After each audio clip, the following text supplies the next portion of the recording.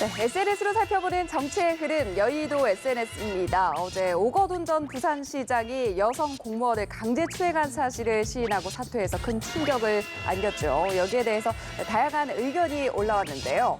먼저 민주당 김두관 의원은 오 전 시장에 대한 민주당의 제명 조치는 당연하다라는 의견을 밝혔습니다. 그러면서 시정 공백이 우선 걱정이어서 이 권한대행과 시의회가 협조해서 차질 없이 시정이 펼쳐질 수 있도록 최선을 다해야 한다라고 밝혔고요. 또 이 같은 성추행 사건의 반복은 사회가 경각심이 부족할 뿐만 아니라 이런 사건들은 처벌이 대충 넘어간다는 안일한 인식에서 바탕이 된다고 언급을 하면서 여성들이 인간으로서 평등하고 모두가 똑같이 행복한 대한민국이 돼야 한다라고 이처럼 밝혔습니다. 또 이번 부산시장 사건의 피해자가 말했듯이 가해자는 처벌받고 피해자는 보호받는 단순한 상식이 엄격히 지켜지는 게 첫걸음이자 원칙이라고 생각한다라는 의견을 강조했습니다.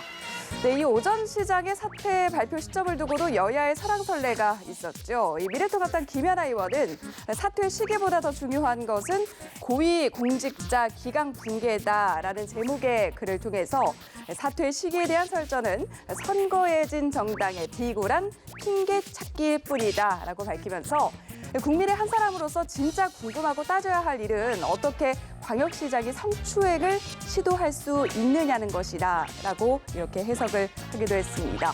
또 오 전 시장이 과거 성추행 의혹을 받았으면서도 실제 이런 일이 벌어진 걸 지적하면서 이는 내부 견제나 감시 시스템이 전혀 작동하지 않는 증거다 이렇게 밝혔습니다.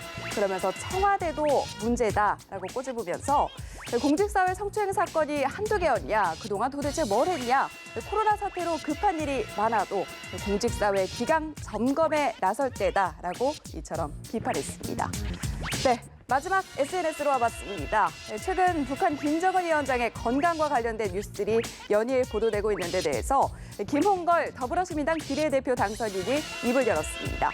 이 문제에 대해서 언급하는 자체가 가짜뉴스에 호들갑을 떠는 한국 사회의 부끄러운 모습을 보여주는 것 같아서 참았는데 한마디를 안 할 수가 없다며 이처럼 운을 뗐습니다. 그러면서 제가 파악한 바로는 최근 북한 관련 동향은 전혀 이상한 징후가 없었고 북한 정부의 가장 밝은 중국에서도 특별한 움직임이 없었다라고 밝혔습니다. 그러면서 정부도 분명히 아니라고 했는데 근거 없는 루머를 확대 재생산하면서 온 나라를 시끄럽게 하는 우리 언론을 국제사회가 보면서 어떻게 생각할지 상상만 해도 민망하다며 무분별한 보도를 자제해 줄 것을 촉구했습니다. 지금까지 여의도 SNS였습니다.